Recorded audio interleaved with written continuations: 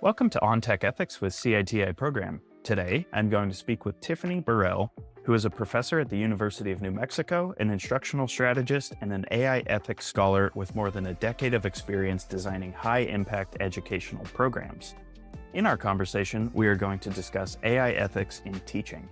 Before we get started, I want to quickly note that this podcast is for educational purposes only. It is not designed to provide legal advice or legal guidance. You should consult with your organization's attorneys if you have questions or concerns about the relevant laws, regulations, and guidance that may be discussed in this podcast. In addition, the views expressed in this podcast are solely those of our guest. And on that note, welcome to the podcast, Tiffany.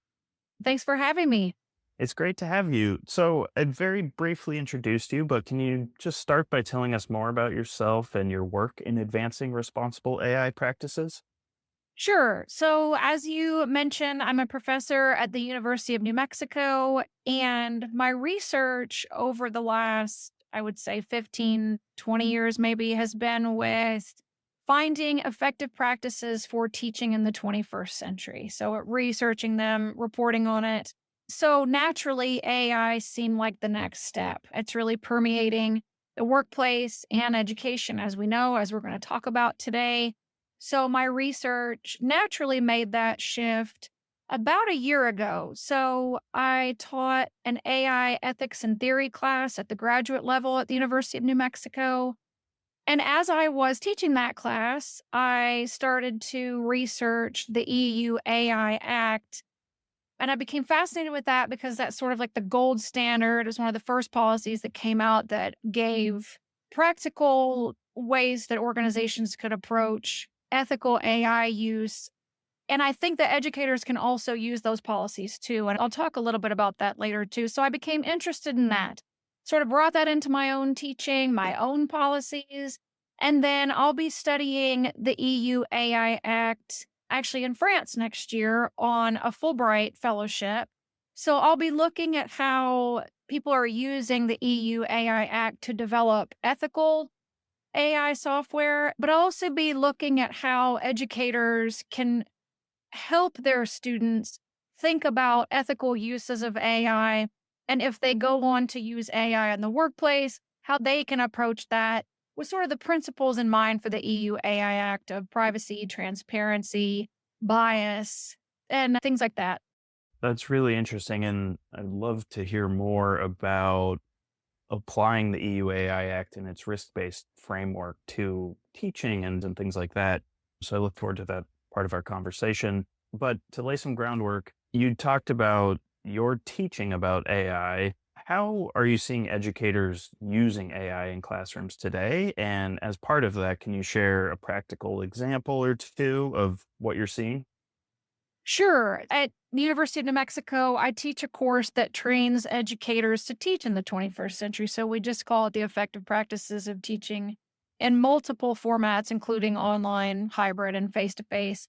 So, one thing we do talk about is AI use. And I think that we're seeing sort of a broad spectrum. We have instructors who absolutely do not want to use it. We have people who are a little hesitant and have reservations. And then we have others who are just fully in and committed and want to prepare their students for the future as well. So there is this broad spectrum. So I kind of see a little bit from each of those areas that I just talked about. Some of the ways that instructors are using it are things like brainstorming. They're having students use generative AI, so large language models, to think about their essays before they get started. So they can brainstorm, they can ask it for peer reviewed research, they can generate an outline, things like that. They can also ask the LLM for research and to summarize an article with the idea that they're going to go and read that article to make sure that the summary was correct, of course. And then also, I was just talking with colleagues 2 days ago about having students write reflections of their learning. A lot of them are already starting to use AI to help them with that, which sounds counterintuitive, right? It's not really metacognition if someone else is doing the work for you. But we were talking about how reflections of your learning are the hardest things sometimes for students to grasp. So using it as sort of like a first draft and then going back to what the AI wrote for the reflection and saying, okay, here's where in my project I feel like I did X, Y, and Z. So really being able to use it as a starting point, but not the end all be all. I see educators starting to use AI a little bit more in various ways that they thought it couldn't be used for, i.e., reflection, and really taking it to the next level as an assisted learning tool and teaching students to use it that way instead of, oh, I'm going to generate this through AI and pass it off as my own. So that's kind of what I'm seeing currently. Those sound like some really good practical uses of AI currently. Obviously, there's also a lot of hype around what AI could be used for. And I think, given that hype, a lot of anxieties around what that will mean for the future of education for people all the way from, K to 12 and beyond. So, where do you see a gap between how AI is currently used in teaching versus how it's often promoted or imagined of how it will be used? And just your thoughts on the impacts of that. Yeah, so that's an interesting question in itself because I think that what we're seeing is that the workplace is starting to want people who are skilled in AI, but I would say that it's AI literate. And I can talk more about that to sort of my definition of AI literacy, because I think that AI literacy also comes with ethics. So it's not just being AI literate. Oh, I know how to input and create prompts that will generate X, Y, and Z. But it's looking at things like, okay, let's talk more about how the output could be biased, hallucinations. And then I think also the important thing that I feel like I can't speak for all educators, but I feel like in the conversations, a lot of this is missing too is students are using it for cognitive offloading. And I just read this article and it was about how students tend to pick up AI when they're fatigued, right? And we're hit with so many things in society today. We've got websites, we've got TikTok videos, we've got social media. So students tend to turn toward AI because they want to offload their cognitive processing. But the thing is that sometimes what I think is missing is this discussion of, does it actually benefit you? So at the same time, the NIH had a study that talked about how it's hindering our memory loss, our creativity, and just critical thinking in general. So I think there's this myth that it's helping more than it actually is. So if you were to look at some of the research, again, I'll just keep quoting some of these things, but the BBC and I think the European Broadcasting Union came out with recent research in 2025 that said something along the lines of 45% of the outputs from AI LLMs is erroneous, right? So just teaching the students that it can offset cognitive load in some ways, but you always have to go back and check, right? And you're not just checking output, but you have to evaluate what is being gained and what is being lost, i.e., cognitive functioning, memory, critical thought, things like that. And I think the gap is there for the workforce too, because I think that they're starting to look at things like this as well, meaning, okay, where does it actually help us?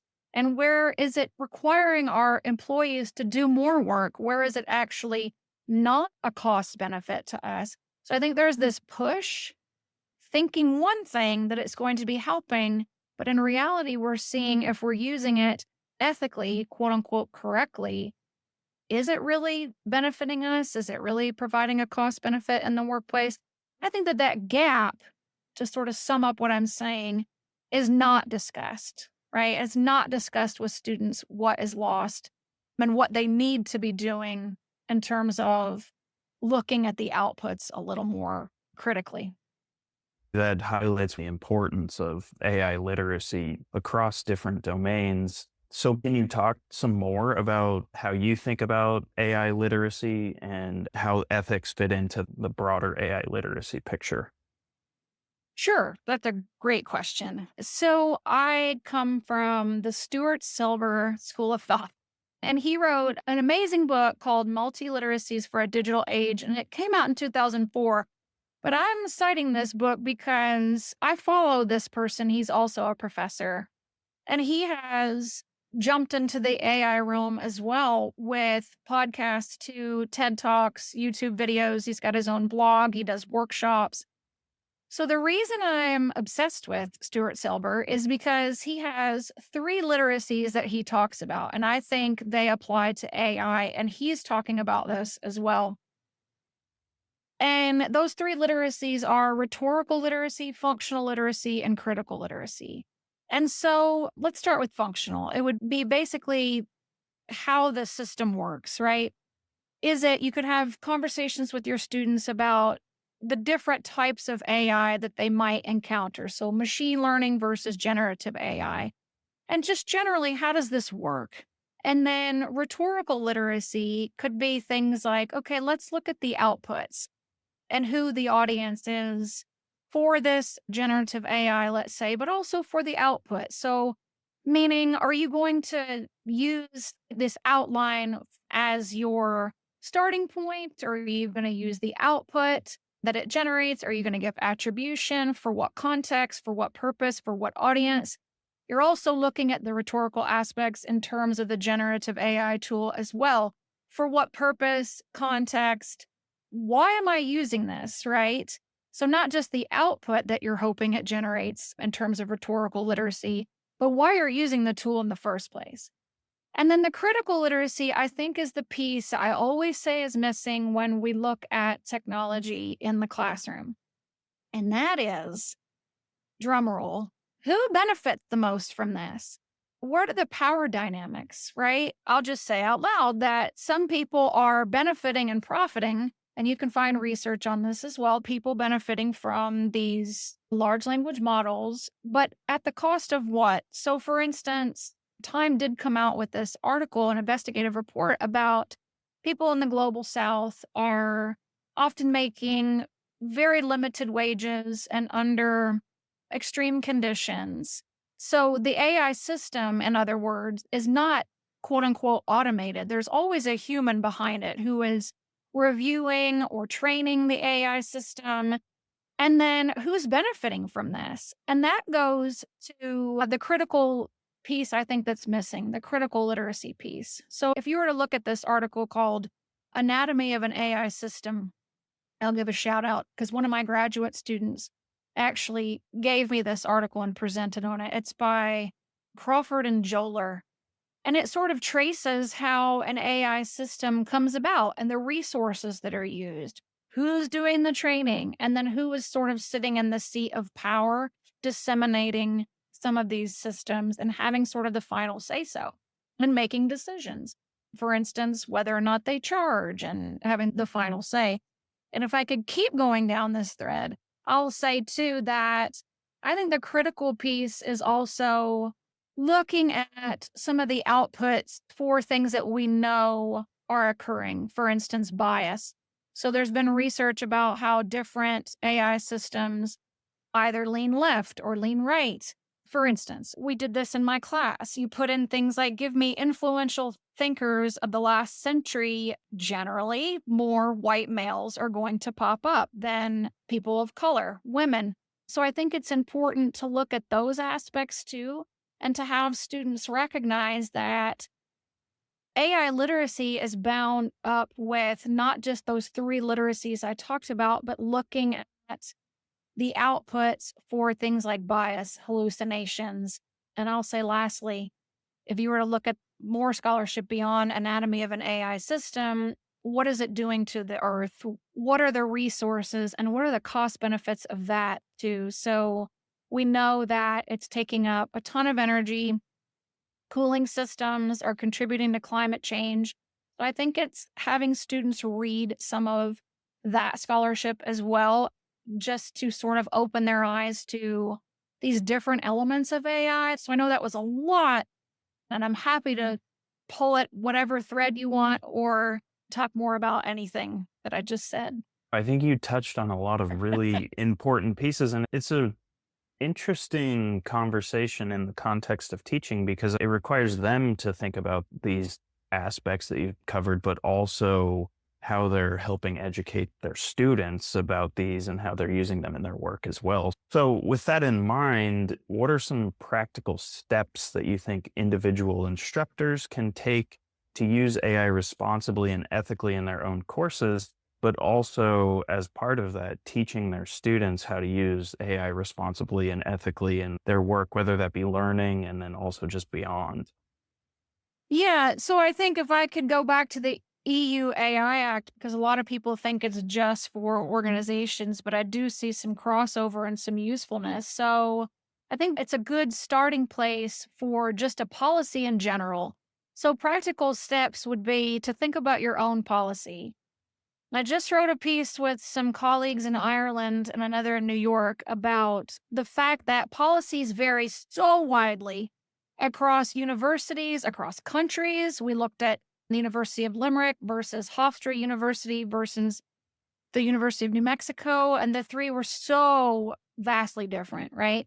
That I think educators have a hard time knowing where to turn. Their universities might not have policies. So I think looking at different university policies, but also looking at the EU AI Act as sort of a gold standard to start from and thinking about your own policies that way. And I'll talk about the EU AI Act a little bit because I think it's a good place to start when you're thinking about low risk versus higher risk. So, what are some low risk and high risk uses of AI? So, for instance, you might think about, okay, I want to stay with low risk. So, low risk would be brainstorming, it would be generating discussion questions, and it could be creating study guides. Now, this is for the instructor standpoint, right? Now we're talking about how the instructor can use AI in their classroom, not just teaching AI. It's now using it for your own teaching to supplement. Higher risk, obviously, things like grading. I don't support using AI for grading, not just for FERPA laws, but for ethical reasons as well. So think about things like that. What are some areas that you think might be a little bit riskier? And have conversations with your colleagues, have conversations with the university about the policies. Join some of these conversations that are, I'm certain, ongoing at many universities. It definitely is at the University of New Mexico. Have conversations about these policies, but also what might be lower risk, what might be higher risk. I think that policies are often written, even your own as an instructor, from an instructor standpoint. And so I also advocate forming a democratic one with your students. I did that in the AI theory and ethics class I talked about at the beginning. I generated one with my students, and it was this living document. It wasn't one and done. We talked about it in the beginning. We looked at other policies from other universities across the globe, the EU AI Act, and we came up with one together that shifted and evolved over the semester regarding all the things that I just talked about that we read about the bias, environment, invisible labor, all of it. So, as this living, breathing document that we kind of came to together and we returned to throughout the semester and kind of said, okay, where do we think this fits in? What we're doing now with the policies. So, I think there's many ways, and I think that that's one place to start. The next is to look at and have discussions with your students about bias, invisible labor, and environment. So, bias is everything we just talked about, who's being left out, who's being promoted, and then invisible labor, not just the humans behind the system, but your own invisible labor and what's lost there. How risky is that? Is it low risk, high risk? And then environmental ramifications, you can sort of look at it through that high, middle, and low risk as well, but also things like transparency. Students need to have some guardrails about when AI can be used, report how it's being used, and talk through what role it has in decision making. And then also maintaining human oversight. So that's huge in the EU AI Act as well, is that there has to be some human oversight. And I think that that's the point of AI literacy that connects with ethics is it's not replacing you and it's not doing this perfect, brilliant work like you might think it is. It has to have oversight. So, starting with a general policy maybe the high and low risk with your students, talking about those things and kind of talking about the elements that get lost, but remembering that it's a conversation that has to be ongoing. It's not just a conversation at the beginning of the semester. It's ongoing. Bring it into the classroom at many different points. If you start with that democratic AI policy, you can come back to that document and work on it together and continue to have these conversations.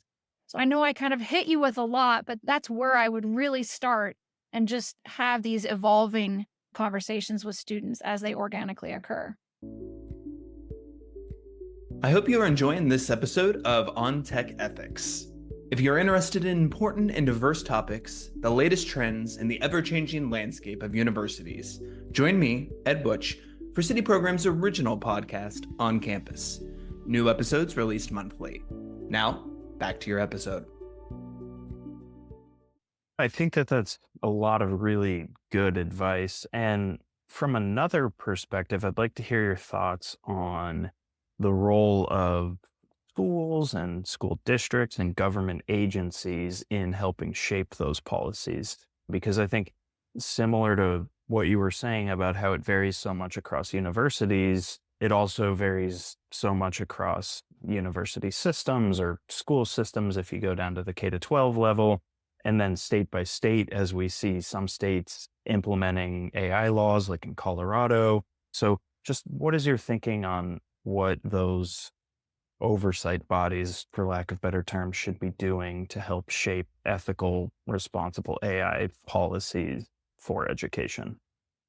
I think something has to be done. And I think it has to be done now because there's a lot of promises that have been made with AI. And I think that one is this is related to teaching, I promise, but that AI can also help solve the climate crisis. But what if it doesn't? To use that cliche, we have no planet B, right? So I think that there's a huge responsibility for government. The city of Albuquerque actually has a policy, an AI policy. That's where I teach. And I think schools have to have a policy. I think that we can no longer bury our heads in the sand. We have to admit that we're using AI, admit our anxieties around it, admit that students are using it, and it can no longer be from a plagiarism model, the way that we approach it in teaching. So, because there are these sort of loose guardrails and everybody's sort of doing their own thing, I think that does fall on the educators to have their own policies. And, like I was saying, talk to students about those policies and have them shape it too. And I think that advocates for transfer into the workplace, meaning once students kind of see, oh, I can have a hand in shaping the policies of AI that I'm using in the classroom, the hope is that they'll go into the workplace and say, let's have a conversation about some of these policies and how we're using AI in the workplace, when we're going to use it, how it's affecting the planet, what times can we use it, under what circumstances, how can we have less impact. And then I didn't say this earlier, but I think too, we all have to be doing audits. So, in the absence of policies, we all have to be doing audits.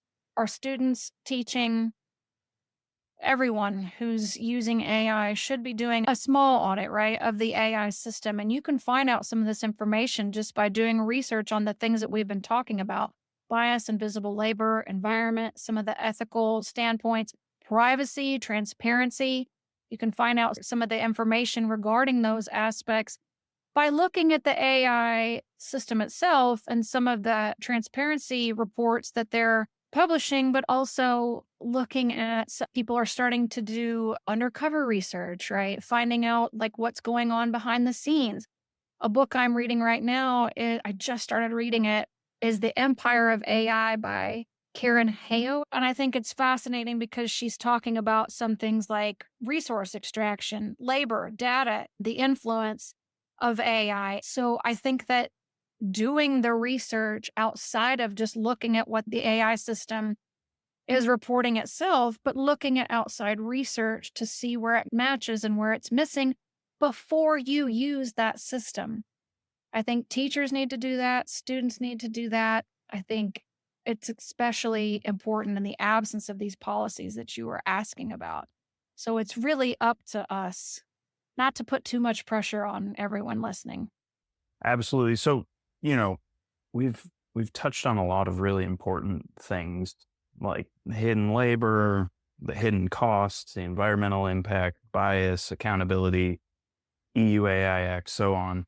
For our listeners who want to go deeper on these topics and learn more, do you have some resources that you would recommend? I know you've mentioned a few throughout the conversation today, but are there any others that you'd like to point out for our listeners? Sure. Another book I really liked, and I'm using it for my own research, I think you can start here too, is AI Ethics by Mark Cockleberg. I mentioned Stuart Selber's Multiliteracies for a Digital Age, and I think that that is interesting from the rhetorical, functional, and critical literacy standpoints. But I also would highly recommend that teachers start there with his blog. Again, his name is Stuart Selber. I feel like I'm pitching Stuart Selber, but his work is just brilliant, especially if you're kind of lost at where to start. Those are for teaching AI and teaching students to use AI responsibly. But also, there's a book if you're interested in learning how to use AI within your own teaching practices, and that is simply Teaching with AI by Watson and Bowen. And I get nothing for supporting these people. Okay. So I just want to say I'm not paid by any of these people. These are just books and work that I've found to be influential. So I would say starting there would be good. And then my final question for you today is just what advice would you leave our listeners with as they navigate AI in teaching? I know you've provided a lot today, but if you were to distill it down into a quick answer, what would your advice be? Yeah, to give my colleagues a shout out to the ones I'm collaborating with in Ireland and New York. We're writing an opinion piece on anxiety with AI. And so I just want to say to the listener, I may be a quote unquote expert in AI ethics and using AI in the classroom, but I think we all have anxieties about using it. I think it's natural. I think it's natural to feel overwhelmed. It's natural to feel like you might be left behind if you're not using it. That's a completely normal feeling, and know that there are resources out there to support you. I've named books, I've named articles, I've talked about policies. Generally, you can find these by looking on different university websites, especially if your university doesn't have a policy. But I would say that it's normal to feel like you don't know what you're doing. And I think that admitting that to your students might also help them say, okay, we're figuring it out as we go. And what can we do to ensure AI literacy skills are enhanced together throughout the semester? So I would say don't be afraid to look at different ways of how to use AI beyond plagiarism in the classroom and your curricula, but also in your teaching, but thinking about it in ethical ways too. I think some of the things I've talked about and the resources I've mentioned will help you think about how to use those in responsible ways. The last thing I'll say is my students and I often talk about how AI ethics might not exactly be the term. It's more about AI responsibility. So, how can you use AI responsibly and with your students, but knowing that the target's always moving, the conversations are always changing. It's overwhelming, anxiety inducing. You just have to be ready to be malleable and shift and grow your curriculum over time and be open to new ways of teaching. Well, I think that's a wonderful place to leave our conversation for today. So thank you again, Tiffany. Thank you. I appreciate being on the podcast. If you enjoyed today's conversation, I encourage you to check out CITI program's other podcasts, courses, and webinars. As technology evolves, so does the need for professionals who understand the ethical responsibilities of its development and use. That is why we developed our new Tech Ethics Training Solution. This new offering brings together practical, thoughtfully designed courses to help professionals navigate ethical and regulatory challenges with confidence. The courses cover responsible AI, software as a medical device and clinical decision support systems, big data and data science, data management, software development, and more. Check out the link in this episode's description to learn more.